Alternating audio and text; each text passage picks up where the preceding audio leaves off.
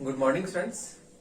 हम पिछली कक्षा में संघीय सभा और संघीय परिषद के आपसी संबंध को पढ़ रहे थे कि संघीय परिषद स्विट्जरलैंड में संघीय कार्यपालिका है और संघीय सभा स्विट्जरलैंड में संघीय व्यवस्था है। तो हमने पिछली कक्षा में संघीय परिषद और संघीय सभा के पारस्परिक संबंध के बारे में पढ़ा था, जिसमें हम जो है संघीय सभा और संघीय परिषद में संबंध पढ़ रहे थे और संवैधानिक या व्यवहारिक स्थिति के आधार पर संबंधों की व्याख्या हमने की थी। किस प्रकार से हमने देखा कि स्विट्जरलैंड में संघीय सभा की तुलना में संघीय परिषद को कम शक्तियां और अधिकार प्राप्त हैं और इस प्रकार वहां पर संघीय सभा वास्तव में बहुत ही महत्वपूर्ण जो उसे शक्तियां और अधिकार प्राप्त संविधान ने दी हैं। तो इस प्रकार संघीय परिषद की तुलना में संघीय सभा जो है उसे महत्वपूर्ण शक्तियां प्राप्त हैं और उसका महत्व भी अधिक है। तो इस प्रकार हमने पढ़ा था कि संघीय सभा संघीय परिषद के सदस्यों को चुनती है तथा वह पुनः परिषद के अध्यक्ष तथा उपाध्यक्ष को भी चुनती है, जो क्रमशः स्विट्जरलैंड के राष्ट्रपति और उपराष्ट्रपति होते हैं। तो हमने यहां तक पढ़ा था। इसके आगे हम पढ़ते हैं हम इस कक्षा में कि यद्यपि संघीय परिषद का कार्यकाल निश्चित होता है, तो देखिए यद्यपि संघीय परिषद का कार्यकाल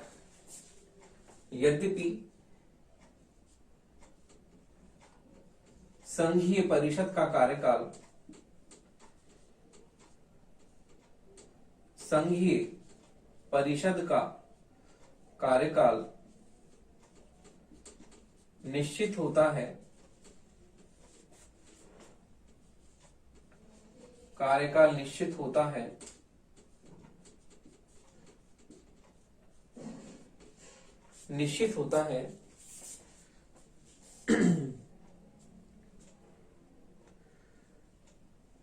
किंतु जब संघीय सभा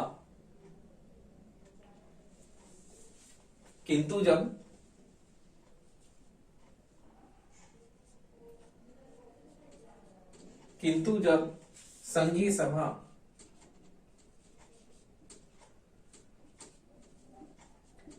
अपने निश्चित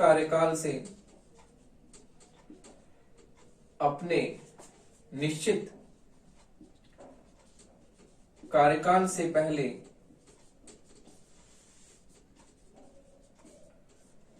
भंग हो जाती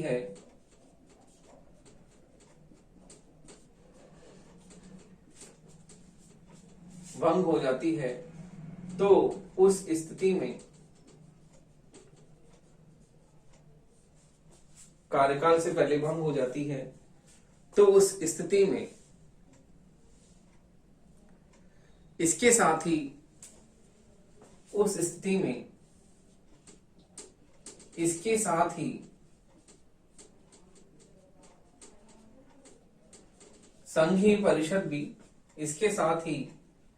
संघीय परिषद भी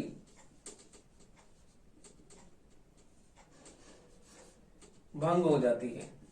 संघीय परिषद भी भंग हो जाती है। तो इस प्रकार हम देखते हैं कि संघीय परिषद का कार्यकाल निश्चित है, लेकिन फिर भी संघीय परिषद का कार्यकाल संघीय सभा पर आश्रित है। किस तरह से? यदि संघीय सभा अपने निश्चित कार्यकाल से पहले भंग हो जाती है तो उस स्थिति में इसके साथ ही संघीय परिषद भी भंग हो जाती है। तो हम देखते हैं कि संघीय परिषद का कार्यकाल निश्चित नहीं, फिर भी जब संघीय सभा अपने कार्यकाल से पहले ही भंग हो जाती है तो इसके साथ ही संघीय परिषद भी क्या हो जाती है? भंग हो जाती है। तो इस प्रकार हम देखते हैं कि संघीय परिषद का जो कार्यकाल है वो संघीय सभा पर किस तरह से जो है आश्रित है। इसी प्रकार हम देखते हैं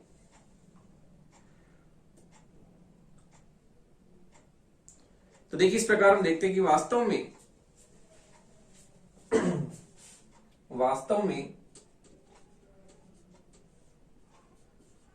संघीय परिषद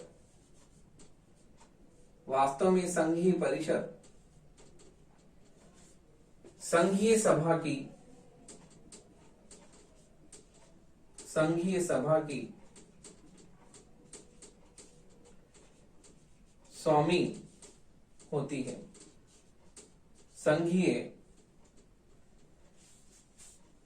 संघीय सभा, सॉरी गलत हो गया, संघीय सभा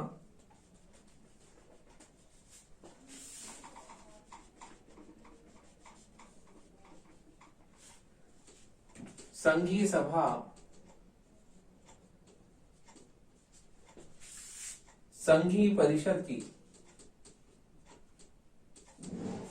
स्वामी होती है और स्वेच्छा से कोई कार्य नहीं करती है। स्वामी होती है और स्वेच्छा से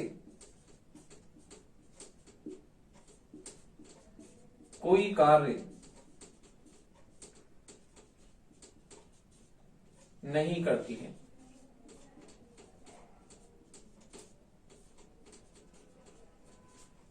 कोई कार्य नहीं करती है। परिषद अपने समस्त कार्यों की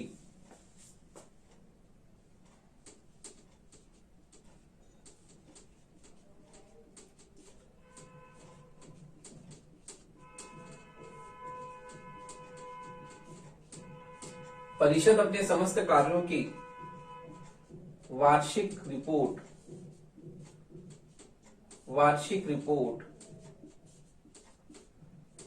संघीय सभा के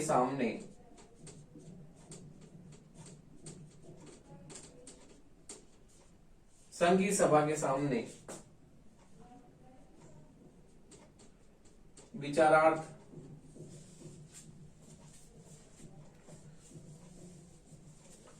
प्रस्तुत करती है।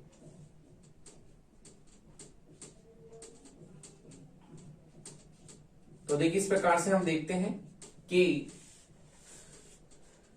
संघीय सभा संघीय परिषद की स्वामी होती है, मालिक होती है और स्वेच्छा से संघीय परिषद कोई भी कार्य नहीं कर सकती है। और संघीय परिषद अपने जो भी वार्षिक कार्य करती है, उन वार्षिक कार्यों की रिपोर्ट वो संघीय सभा के सामने विचार हेतु प्रस्तुत करती है। तो इस प्रकार हम देखते हैं कि संघीय परिषद और संघीय सभा में हम देखते हैं कि संघीय सभा की स्थिति महत्वपूर्ण है, क्योंकि संविधान ने संघीय सभा को अधिक अधिकार और अधिक शक्तियां दी हैं। इस कारण से संघीय सभा जो है संघीय परिषद से अधिक महत्वपूर्ण स्थान रखती है। तो देखिए, इस प्रकार से हम देखते हैं कि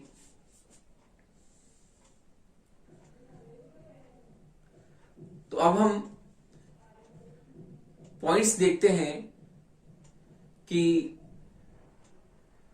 संघीय सभा परिषद का नियंत्रण किस प्रकार से रखती है। तो देखिए, संघीय सभा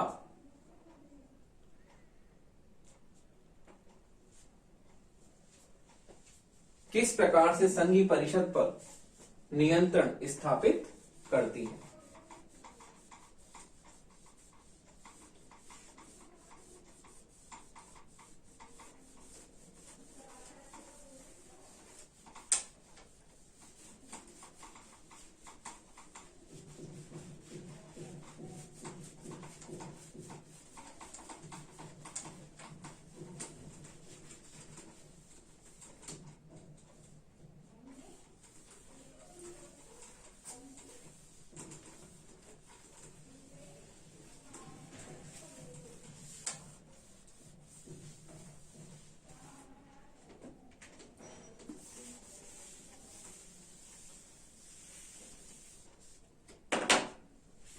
तो देखिए, संघीय सभा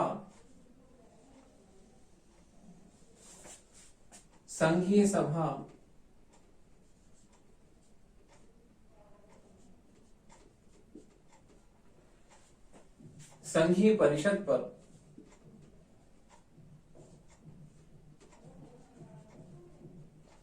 परिषद पर निम्नलिखित रूप से निम्नलिखित रूप से नियंत्रण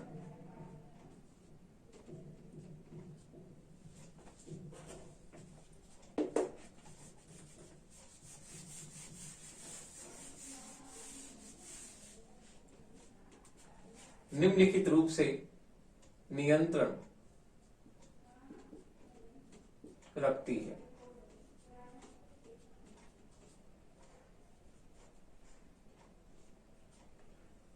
तो देखिए, संघीय सभा संघीय परिषद पर निम्नलिखित रूप से नियंत्रण रखती है। तो हम देखते हैं, पहला, कार्यपालिका से संबंधित क्षेत्र में। तो देखिए, कार्यपालिका से संबंधित क्षेत्र में कार्यपालिका से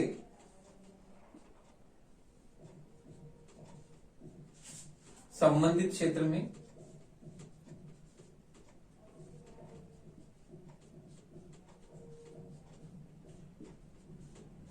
तो हम देखते हैं कि संघीय परिषद जो भी विदेश नीति का निर्धारण संचालन करती है और विदेशी राज्यों से संधियां समझौते करती है, तो उस पर जो है संघीय सभा की स्वीकृति जो है आवश्यक होती है और संघीय सभा के नियंत्रण में रहकर ही वह कार्य करती है। तो देखिए, इस प्रकार हम देखते हैं कि कार्यपालिका संबंधी कार्यों को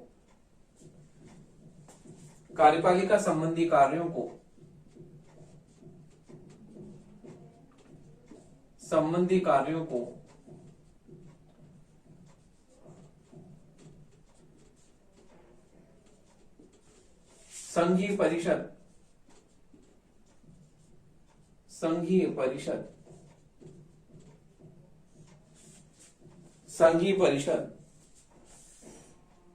संघीय सभा के नियंत्रण में करती है।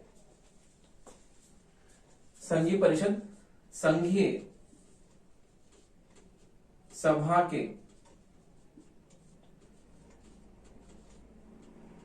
नियंत्रण में करती है तथा उसके प्रति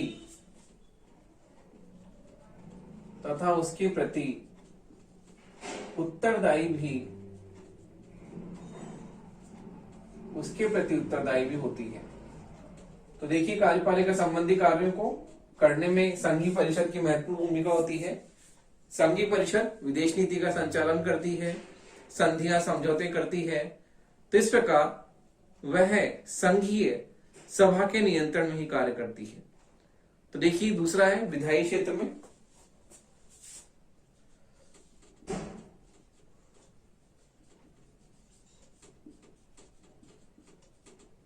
तो हम देखते हैं कि विधायी क्षेत्र में भी,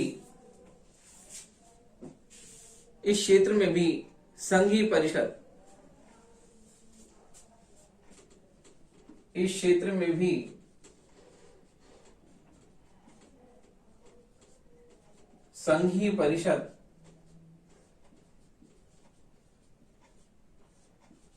संघीय सभा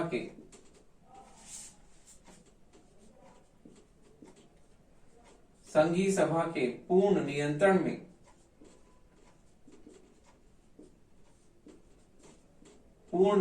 में रहकर ही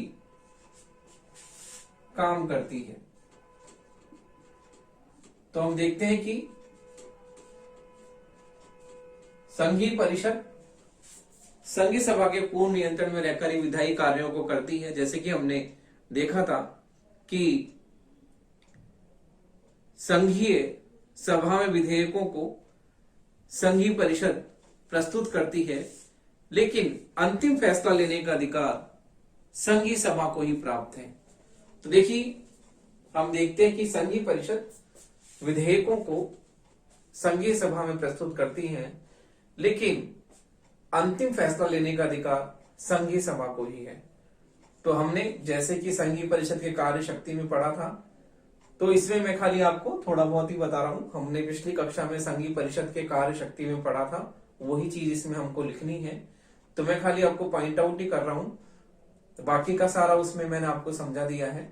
तो संघीय परिषद विधेयकों को प्रस्तुत करती है संघीय सभा में, लेकिन अंतिम फैसला का अधिकार किसका होता है? संघीय सभा का।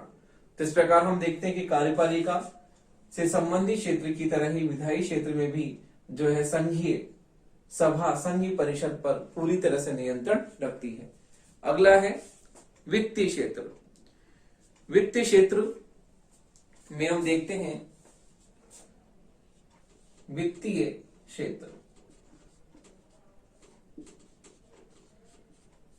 तो देखिए, संघीय परिषद के वित्तीय कार्यों पर भी संघीय परिषद के वित्तीय कार्यों पर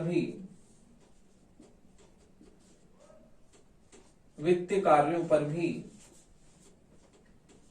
संघीय सभा का पूर्ण नियंत्रण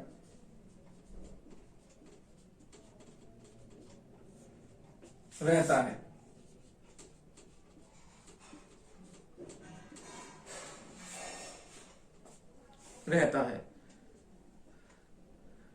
संघीय परिषद संघीय सभा के सामने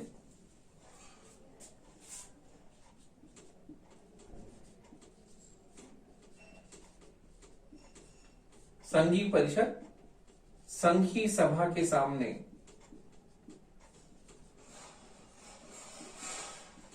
वार्षिक बजट प्रस्तुत करती है। वार्षिक बजट प्रस्तुत करती है। तो देखिए, संघीय परिषद जो है संघीय सभा के सामने वार्षिक बजट प्रस्तुत करती है, लेकिन संघीय सभा जो है इसके मूल रूप में संशोधन कर सकती है। तो संघीय परिषद को इसमें संशोधन करने का अधिकार नहीं है।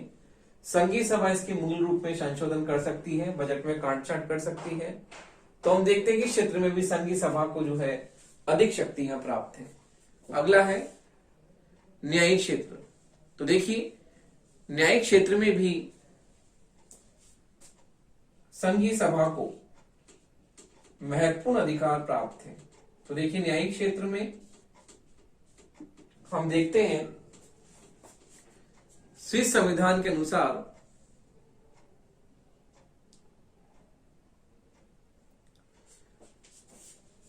तो देखिए, जो कैंटनों में जो विवाद हो रहे हैं, प्रशासनिक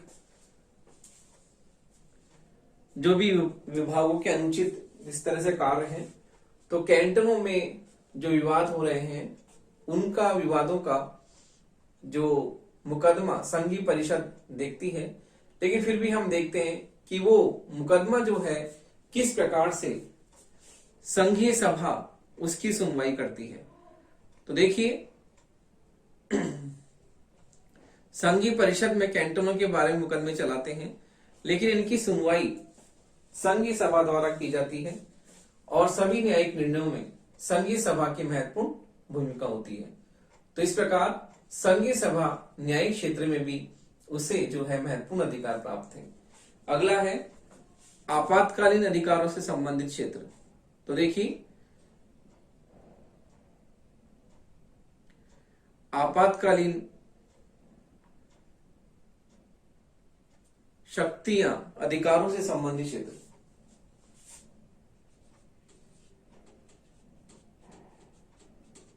आपातकालीन अधिकारों से संबंधित क्षेत्र।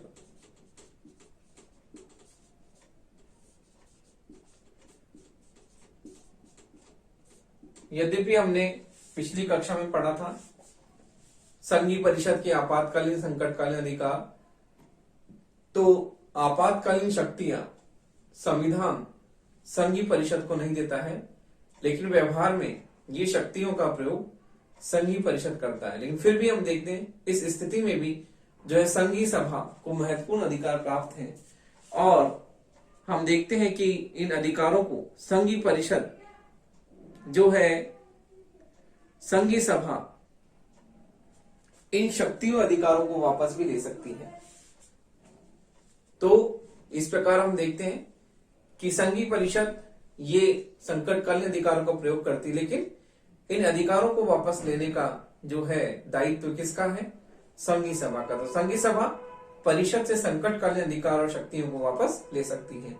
तो इस प्रकार हम देखते हैं कि संघीय सभा व संघीय परिषद में हमने संबंध देखे, और इस प्रकार हम कहते हैं कि संघीय सभा जो है महत्वपूर्ण स्थान रखती है संघीय परिषद की तुलना में, क्योंकि स्विस संविधान ने वहां पर संघीय सभा को अधिक अधिकार और अधिक शक्तियां प्रदान की हैं संघीय परिषद से। तो इस प्रकार हम कहते हैं कि संघीय परिषद की तुलना में संघीय सभा को महत्वपूर्ण शक्तियां और महत्वपूर्ण अधिकार प्राप्त थे। तो देखिए, अब हम देखते हैं कि हमने संबंधों की सैद्धांतिक स्थिति देखी, अब हम संबंधों की व्यवहारिक स्थिति देखते हैं। तो देखिए, संबंधों की व्यवहारिक स्थिति के आधार पर हम संघीय सभा और संघीय परिषद में संबंध को समझते हैं।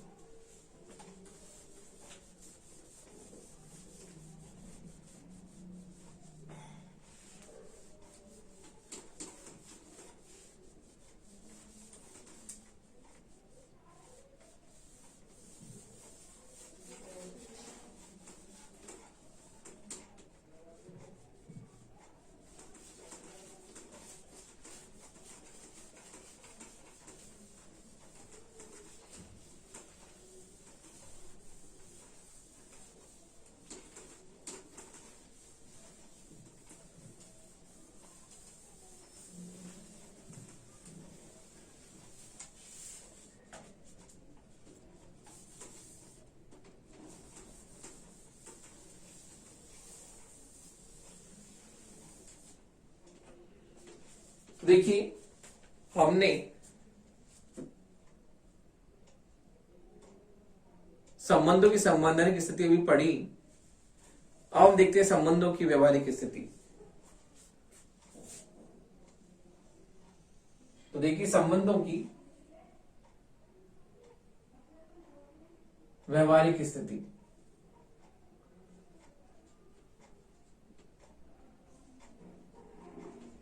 संबंधों की व्यवहारिक स्थिति।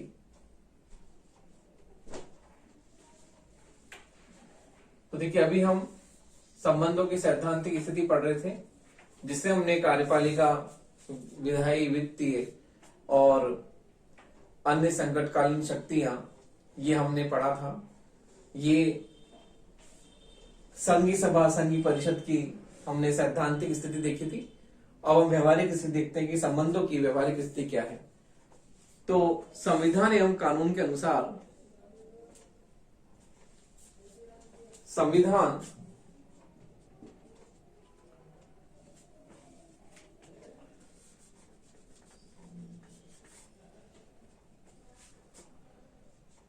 संविधान एवं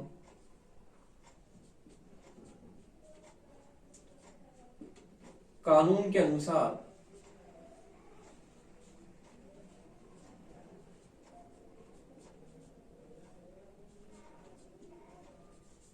संघीय परिषद संघीय सभा की, संघीय परिषद संघीय सभा की अनुगामी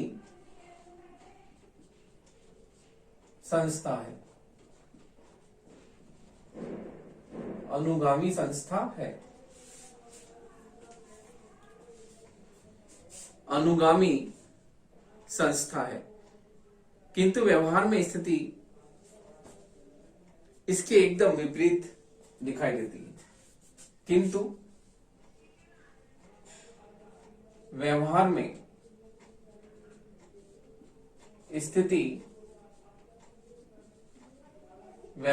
स्थिति बिल्कुल इसके एकदम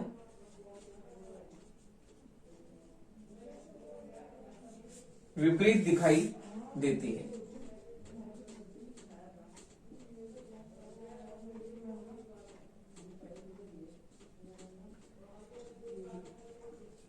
एकदम विपरीत दिखाई देती है। वास्तविकता यह है कि कार्यपालिका वास्तविकता यह है कि वास्तविकता यह है कि कार्यपालिका व्यवस्थापिका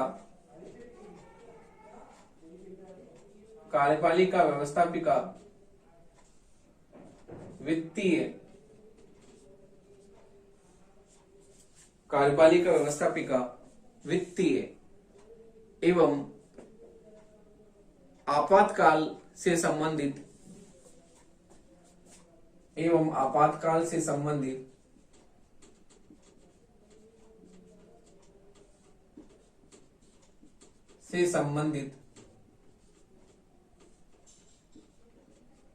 क्षेत्रों में संघीय परिषद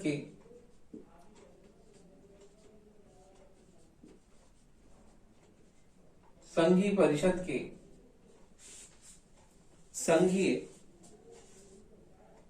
परिषद के कार्यों एवं दायित्वों में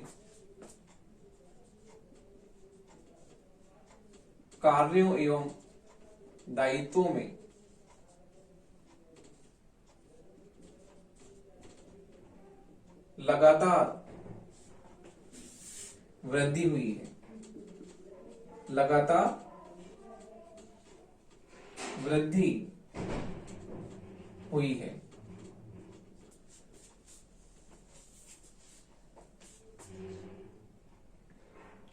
और इन सब की पूर्ति के नाम पर लगातार वृद्धि हुई है। और इन सब की पूर्ति के नाम पर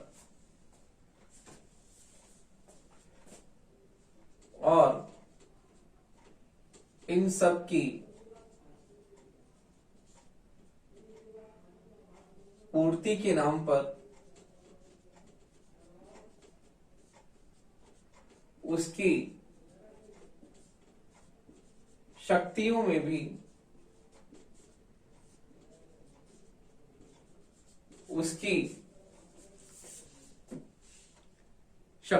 भी उसी मात्रा में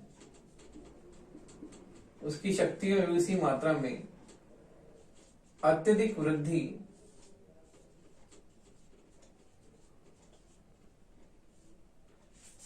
दिखाई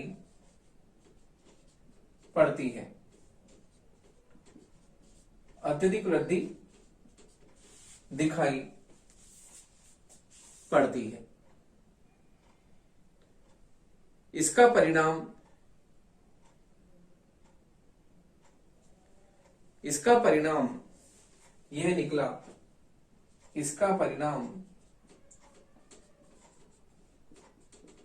यह निकला कि आज संघीय परिषद स्विस शासन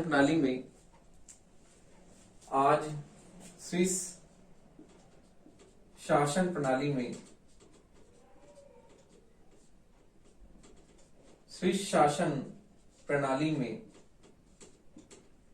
संघीय सभा की तुलना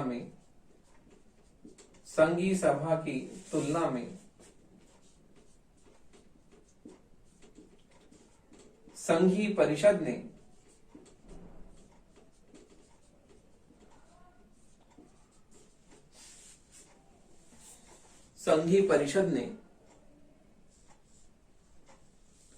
केंद्रीय स्थान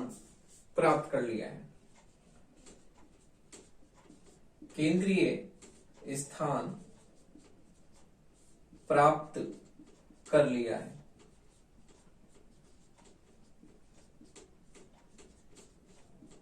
देखिए इस प्रकार हम देखते हैं कि संघीय सभा की तुलना में आज संघीय परिषद ने जो है अपना महत्वपूर्ण स्थान स्विस संघीय राज व्यवस्था में पा लिया है, क्योंकि आज वर्तमान समय लोक कल्याणकारी राज्य का है। लोक कल्याणकारी राज्य और फिर प्रभुत्व व्यवस्थापन, इस कारण से हम देखते हैं कि वर्तमान में स्विट्जरलैंड में हम कार्यपालिका व्यवस्थापिका वित्त सभी क्षेत्रों में संघीय परिषद के कार्य दायित्व में वृद्धि हुई है। और आज लोक कल्याणकारी राज्य और प्रदत्त व्यवस्थापन ने किस प्रकार से हम देखते हैं कि आज जो है स्विट्जरलैंड में संघीय परिषद जो है बहुत ही उसे अधिकार और शक्तियां प्राप्त हो गई हैं, क्योंकि निरंतर लोक कल्याणकारी राज्य की अवधारणा ने इसके अधिकार और कार्य क्षेत्र में निरंतर वृद्धि की है। और इस प्रकार हम ये कह सकते हैं कि आज वर्तमान में स्विट्जरलैंड की राजनीतिक व्यवस्था में संघीय सभा की तुलना में संघीय परिषद को महत्वपूर्ण स्थिति और महत्वपूर्ण अधिकार प्राप्त हैं। और इसी कारण आज स्विट्जरलैंड की राजनीतिक व्यवस्था में संघीय परिषद ने अपना केंद्रीय स्थान प्राप्त कर लिया है।